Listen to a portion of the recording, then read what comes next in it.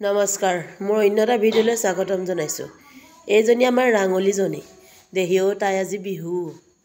এয়া ধুনীয়াকৈ মানুহজনে কি কৰিছে জানানে? টিঙত পানী লৈ পেলাই মাহ হালধিৰে ধুনীয়াকৈ গৰুজনীক নোৱাইছে ধুৱাইছে। এয়া দেখিছেনে? আৰু সিহঁতক আজি চাটৰ পৰা উলিয়াই পাচলি দিব।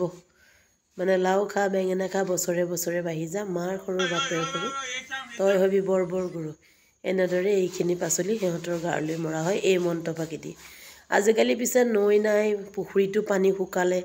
আগতে ইমান দিনত বাৰিষা নিচিনা পানী হয়, আজিকালি পিছে নহয়। সেইবাবে মটৰ পাইপডালেই ব্যৱহাৰ কৰা হ'ল। এয়া বাপেক পিতেক দুয়োজনে লাগিছে বছৰে বছৰে বাঢ়ি যা, লাও খা বেঙেনা খা, এনেদৰে মন্ত্ৰফাঁকি গাইছে। আৰু এয়া আকৌ দীঘলতিয়ে এয়া মানুহজনে মন্ত্ৰ মাতিছে দেই গাইছ। সকলোৱে চাগে জানেই মন্ত্ৰফাঁকি।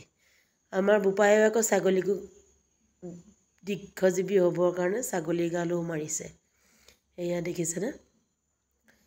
মোলৈ আকৌ চাইছে। এয়া ধুনীয়াকৈ আমি গৰু বিহু ছাগলী বিহু এনেকৈ পালন কৰিলোঁ। তাতে আকৌ আমাৰ এই টিকলিজনী ওলালে। টিকলিজনী পানী চুই বৰ ভাল পায়।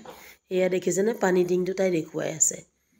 এয়া আকৌ ধুনীয়াকৈ গৰু ছাগলী তাই খেদিছে এইডাল লৈ পেলাই, বৰ ভাল পাইছে। এয়া আমি সন্ধিয়া জাক দিলোঁ।